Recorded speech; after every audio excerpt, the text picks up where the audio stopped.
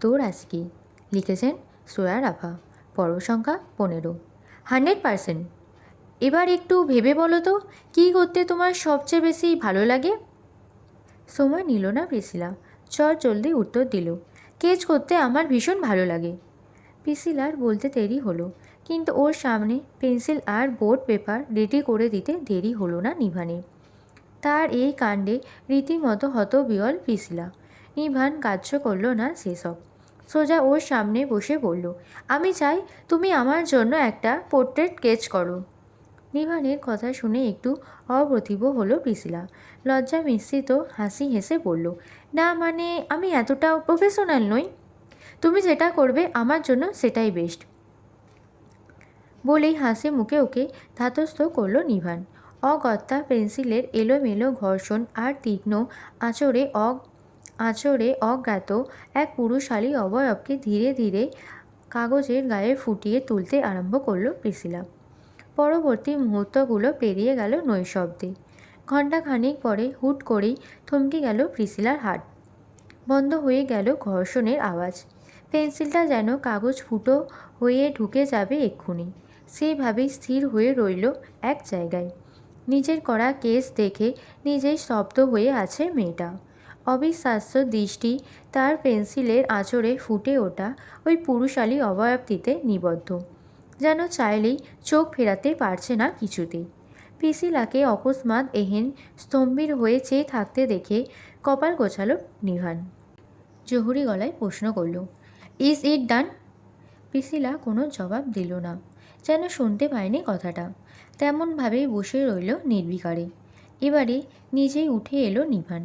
পিছন থেকে সামান্য ঝুঁকে কেস কাগজ তাকে নিবিড় দৃষ্টিতে পরখ করে বলল, আর ইউ শিওর এটা আমি? নিভানের প্রশ্নটা কর্ণগোচর হতেই বিভ্রম থেকে ছিটকে বেরিয়ে এলো প্রিসিলা। পাশ ফিরে উদ্বেগহীন গলায় উল্টো প্রশ্ন করল, এটা আপনি নন? চুপচাপ না সূচক মাথা নাড়ালো নিভান। তাহলে এটা কে? এ বেলায় আবারও প্রিসিলার দিকে ঝুঁকল নিভান। কেছে থাকা উন্নত রাসানন্দ আর তীক্ষ্ণ শীতল দৃষ্টির পুরুষালী অবয়বটিকে পর্যবেক্ষণ করে বলল, do you think my eyes look like this? আমি কখনোই এতটা ভয়ঙ্করভাবে তাকাই না। বিপরীতে কোনো কিছু না বলেই প্রশ্নবিদ্ধ নয়নে তাকিয়ে রইল প্রিসিলা। নিভান আবারও বলে উঠল, পিয়ার্সিং তো দূরের কথা, আমি কখনো আমার ঠোঁটে একটা আঁচড়ও কাটিনি। আর তুমি যাকে এঁকেছ তার ঠোঁটে দুটো পিয়ার্স। Isn't it weird? এক নিঃশ্বাসে কথাগুলো বলে থামল নিভান।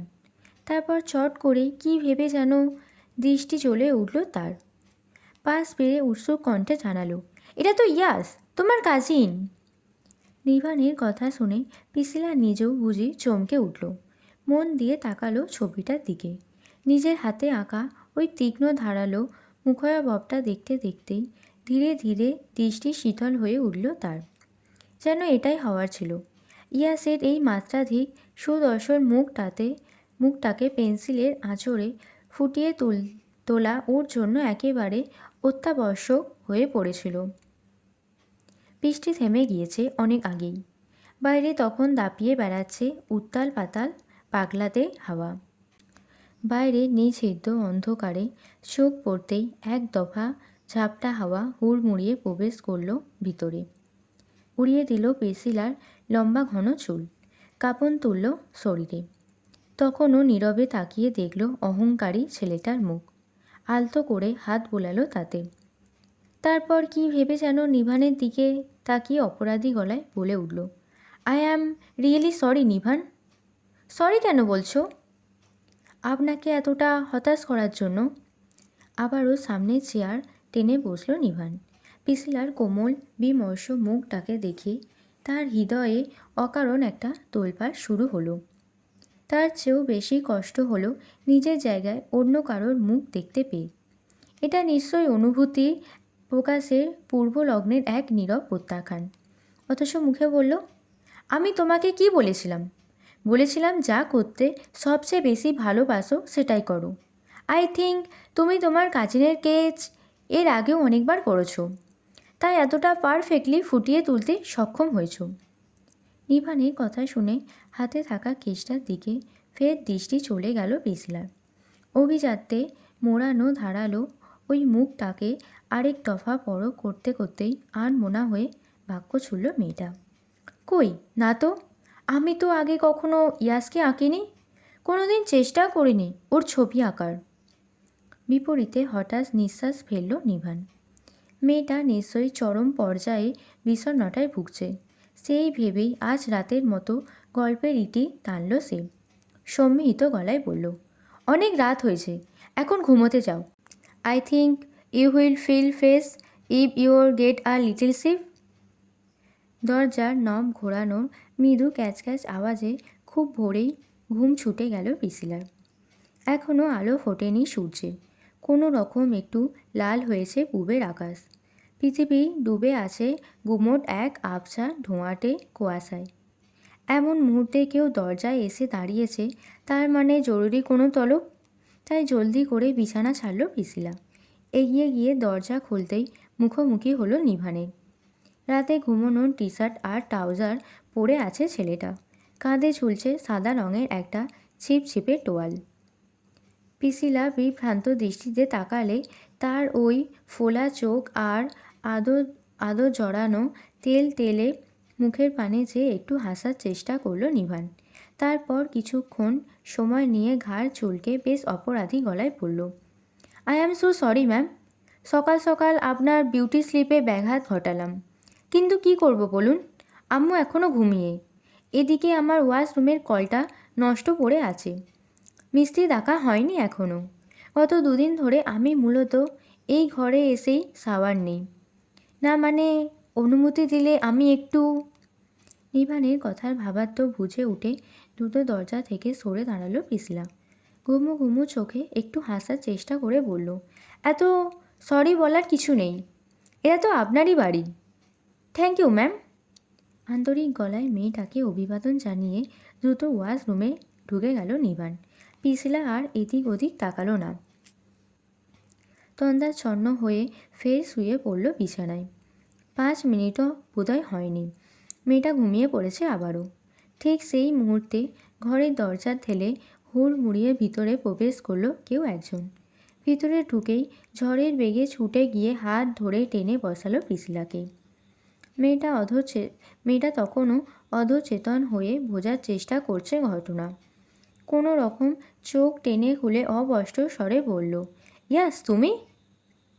আমি কি আবারও স্বপ্ন দেখছি? ইয়াস যেন উন্মাদ হয়ে আছে, ধার ধারল না সে পরিস্থিতি। হাঁটু গেড়ে মাটিতে বসে এক হাতে আঁকড়ে ধরল পিসিলার চোয়াল দুটো। ততপর জোরে জোরে শ্বাস ফেলে শীতল পরিশান্ত গলায় বলে উঠল, কোথায় ছিলি তুই? খুব ছোট্ট সাবলীন একটা প্রশ্ন, অথচ প্রশ্নটার পিছনে লুকিয়ে আছে নির্ঘুম ক্লান্ত দুশ্চিন্তায় জর্জরিত এক রাতের গল্প। ইয়াসে সেই রাত জাগা প্রহেলিকার গল্প শোনার আগ্রহ দেখালো না পিসিলা, উল্টো অভিমান নিয়ে জবাব দিল, ছিলাম কোথাও একটা। বিপরীতে হাতের বাঁধন নমনীয় করল ইয়াস। তৃষ্ণার্ত চাতকের ন্যায় দৃষ্টিপাত করল ওই নীলাভ চোখ দুটোই। আহত স্বরে কিছু বলতে যাবে, তখনই ওয়াশরুমে দরজা ঠেলে টোয়াল দিয়ে চুল মুছতে মুছতে বাইরে বেরিয়ে এলো নিভান। তার এই অপ্রত্যাশিত আগমনে সমগ্র ঘরের মাঝে একটা থমথমে ঝোড়ো হাওয়া খেলে গেল। ঘাড় ঘুরিয়ে নিভানকে দেখা মাত্রই শীতল চোখ বারুদের মতো জ্বলে উঠল ইয়াসের। ফের সামনে তাকিয়ে পিসলার ওপর তীক্ষ্ণ দৃষ্টিপাত করে থমথমে গলায় প্রশ্ন ছুড়ল, এত সকালে ও এখানে কি করছে? শাওয়ার নিয়েছে। সরল গলায় জবাব দিল পিসলা।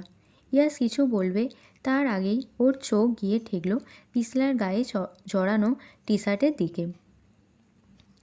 সেটিকে ভালোভাবে পরখ করে চোয়ালের বেশি শক্ত করে ফেলল ইয়াস। দাঁতে দাঁত পিষে জানতে চাইল, কার টি শার্ট পরে আছিস তুই? এবারে শঙ্কিত হলো পিসিলা। মুখ কাঁচু মাচু করে কিছু বলতেই যাবে, ততক্ষণে ভেসে এলো আরেক দফা হুঙ্কার, জাস্ট অ্যান্সার মি পিসি, কার টি শার্ট এটা? আমার। পিসিলার কিছু বলতে হলো না, তার আগেই পিছন থেকে ছোট্ট করে জবাব দিল নিভান। যা শোনা মাত্রই বিদ্যুৎ পৃষ্ঠের ন্যায় অকস্মাৎ ছলকে উঠল ইয়াসের শান্ত মস্তিষ্কটা। ভিতর ভিতর তৈরি হওয়া প্রবল এক অগ্নুৎপাতে আপনা আপনি মুষ্টিবদ্ধ হয়ে গেল তার হাত দুটো। কোনো রূপ ভাবান্তর করল না ইয়াস, আর না দেখালো পূর্বাভাস। ঘুরে গিয়ে এক প্রকার হাইনের মতো ঝাঁপিয়ে পড়ল সে নিভানের ওপর। শক্ত পেশিবহুল মুষ্টাঘাতে ছেলেটার নাক ফাটিয়ে রক্তাক্ত করে দিল। অতর্কিত আক্রমণে কয়েক পা পিছিয়ে গেল নিভান। মাথা তুলে কিছু বলতে যাবে তার আগেই আগ্রাসী হাতে ওর কলারটা চেপে ধরল ইয়াস। আঙুলের ইশারায় সামনে বসা এলোমেলো চুলে ওই এক হারা মেয়েটাকে দেখিয়ে পাগলাটে দিশেহারা গলায় বলল, she is my fucking wife, বিয়ে করা বউ আমার। Look, she is wearing the ring on my name. How dare you to sleep with her? ঘটনার আকস্মিকতায় বজ্রহতের ন্যায় স্তম্ভিত হয়ে গেল পিসিলা। এতক্ষণে তন্দ্রাভাব পুরোপুরি উবে গেল তার। ভালোভাবে খেয়াল করে দেখল ইয়াসের শরীর পানিতে ভেজা। বুট থেকে শুরু করে ব্যাগের প্যান্টের সর্বত্র কেবল বালু দিয়ে আবর্তিত। এলোমেলো চুল, নির্ঘুম চোখ, শুকনো ঠোঁট, তার সঙ্গে যুক্ত হয়েছে রাগে রক্তিম হয়ে ওঠা ওই তীরের ফলার মতো অগ্নিদৃষ্টি। ছেলেটা যে ঝড় বৃষ্টি মাথায় নিয়ে সারা রাত ওই শূন্য দ্বীপে পিসেলাকে খুঁজে বেরিয়েছে তা আর বলার অপেক্ষা রাখে না। ভিতর ভিতর অপরাধবোধ জেঁকে বসল পিসেলার। তবে পরক্ষণেই ইয়াসের কাণ্ড দেখে নয়ন বিস্ফারিত হলো। ভুল বুঝে শুধু শুধু ছেলেটাকে আঘাত করছে সে। পিসিলা তড়িৎ পায়ে ছুটে গিয়ে আটকালো ইয়াসকে। পিছন থেকে দু হাতে ঝাপটে ধরল ওর শরীর। অস্থির হয়ে বলতে লাগলো, কি করছো ইয়াস? পাগল হয়ে গেলে? তখনও নিভানের দিকে চেয়ে ফনা ওঠা সাপের মতোই ফুঁসছে ইয়াস। পিসিলাকে এক ঝটকায় সরিয়ে দিয়ে হিতাহিত জ্ঞান শূন্য হয়ে চেপে ধরল ওর গলাটা। জোরে জোরে নিঃশ্বাস ফেলে বলল, তুই ওর শার্ট পরেছিস কেন? হোয়াই? কেন পরেছিস? Answer me. আমার জামা কাপড় ভিজে গিয়েছিল। ইয়াস, বোঝার চেষ্টা করো। ইটস জাস্ট আ অ্যাক্সিডেন্ট, আর কিছু নয়। আমার পড়ার কিছু ছিল না, তাই। বাক্য সম্পন্ন করতে পারল না পিসিলা। তার আগেই ওর মুখের কথা কেড়ে নিল ইয়াস।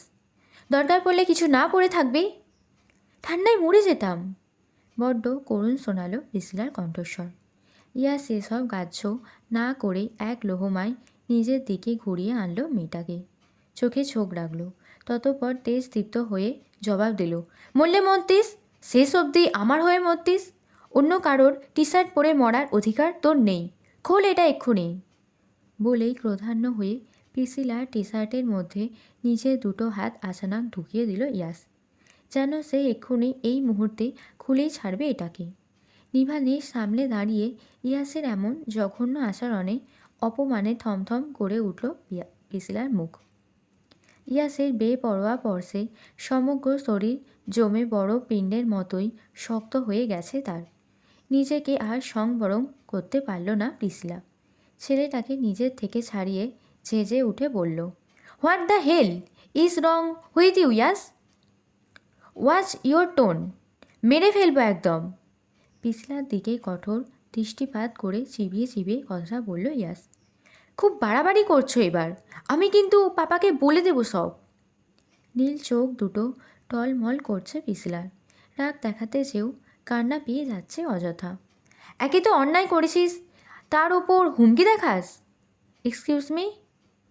বেপরোয়া একটা ভাব নিয়ে চোখ ওল্টালো পিসিলা। সঙ্গে সঙ্গে আবারও ওর গাল দুটো চেপে ধরল ইয়াস। এবার আর আস্তে ধীরে নয়, এতটা জোরালোভাবে ধরেছে যে নিমিষেই রক্ত জমাট বেঁধে কালচিটে বর্ণ ধারণ করেছে ওর ফর্সা ত্বক। অস্পষ্ট স্বরে কুকিয়ে উঠল পিসিলা। ইয়াস শেষ হবে তোয়াক্কা না করেই বলল, আমার সঙ্গে এভাবে কথা বলতে বুক কাঁপে না তোর? কাঁপে না বুক? আমি তোর সঙ্গে ঠিক কী কী করতে পারি তার আইডিয়া আছে? আমার মন চাইলে আমি তোকে এখানে এই অবস্থাতেও। শরীরে সর্বশক্তি দিয়ে পিসিলা আবারও ঠেলে সরালো ইয়াসকে। তিরিক্ষি গলায় বলল, স্টপ অ্যাক্টিং লাইক ক্রেজি ইয়াস। ভুলে যেও না এটা অন্য কারোর বাড়ি। নিজুম আন্টি পাশের রুমে ঘুমাচ্ছে। তোমার এসব পাগলামি দেখলে কতটা হার্ট হবে ভেবে দেখেছো একবারও? পিসিলার শেষ কথাগুলো শোনা মাত্রই আচানক ওকে ছেড়ে দিল ইয়াস। চোখের পলকে দূরত্ব বাড়ালো কয়েক কদম, তারপর যন্ত্রের মতো পিছিয়ে যেতে যেতে শীতল গলায় আওড়ালো, you make me like that, I repeat precisely, you make me crazy. ইয়াসের মুখ থেকে ওয়াইফ শব্দটা শোনার পর কিছুক্ষণের জন্য স্তব্ধ হয়ে গিয়েছিল নিভান। এত কিছুর মাঝেও বিস্ময় বিমূঢ় হয়ে দাঁড়িয়েছিল নির্বাক হয়ে। রক্ত ঝরছিল, তবুও কাতর দৃষ্টি আটকে ছিল ইয়াসের দুহাতে আবদ্ধ ওই রাশিয়ান মেয়েটার ওপর। প্রতিটি ঘটনায় তার মাথার ওপর দিয়ে যাচ্ছিল যেন। কিন্তু যতক্ষণে টের পেয়েছে সব কিছু, ততক্ষণে অনেক দূর গড়িয়ে গেছে পরিস্থিতি। তবু শেষ চেষ্টা করতে পিছু পা হলো না নিভান। দ্রুত গিয়ে ইয়াসকে আটকানোর পায়তারা করে হাত রাখল তার কাঁধে। পরাজিত স্বরে বলল, Yash bro, just listen to me. কোথাও একটা ভুল হচ্ছে। We did not sleep together. নিভানের এতটা নমনীয়তার পরেও টলল না হিমালয়। উল্টো জোরালো ঝটকায় কাঁধে রাখা হাতটাকে ছিটকে সরালো ইয়াস। ততপর বুটের তলায় বালু উড়িয়ে হন হন করে বেরিয়ে গেল ঘর থেকে। সকালের ঘটনার পরে যত দ্রুত সম্ভব মাইনের সি সাইড ভিলায় ফিরে এসেছে পিসিলা। কিন্তু ইয়াসের কোনো খবর নেই। সকাল থেকেই লাপাত্তা সে। ফোনটাও বন্ধ। মাহিন আঙ্কেল কাজ থেকে ফিরেছেন গতকালকে। হৃদমেলা অবশ্য এখনও নেটওয়ার্কের বাইরে। তারও কোনো খবর নেই। না থাকুক খবর, এই মুহূর্তে দুনিয়ার কাউকে নিয়ে কোনো প্রকার মাথা ব্যথা নেই পিসিলার। সে শুধু ওই একটা ছেলের চিন্তায় বিভোর থাকে, যাকে ও দুনিয়ার সবার চেয়ে বেশি অপছন্দ করে, কিংবা পছন্দও করে সবার চেয়ে বেশি। মানুষ নিষিদ্ধ জিনিসের প্রতি সবচেয়ে বেশি আকর্ষণ অনুভব করে। পিসিলার কাছে ইয়াসের চরিত্রটা ঠিক তেমনই, অপছন্দের তবু আগ্রহের। মনের খবর মন জানে না। তবে মেয়েটা যে ফেরা থেকেই অস্থির আর মনমরা হয়ে আছে তার চোখ এড়ায়নি মাহিনের। দুপুরে খাবার টেবিলে বসেও কিচ্ছুটি মুখে তোলেনি সে। ভালো লাগছে না, গা গুলোচ্ছে ইত্যাদি বাহানা দেখিয়ে কৌশলে উঠে গেছে প্লেট রেখে। তখন ভর সন্ধ্যা। সকালের সেই অপ্রত্যাশিত তিক্ত ঘটনার প্রায় 12 ঘন্টা হতে চলল। এখনও বাড়ি ফেরেনি ইয়াস। পিসিলার দুশ্চিন্তা হচ্ছিল খুব। সহসায় বারান্দায় গিয়ে দাঁড়ালো মেয়েটা। বাইরে চঞ্চল কিশোরীর মতো নিচে বেড়াচ্ছে হিম হিম শীতল হাওয়া। অক্টোবরের সেই সময়টা সবচেয়ে সুন্দর।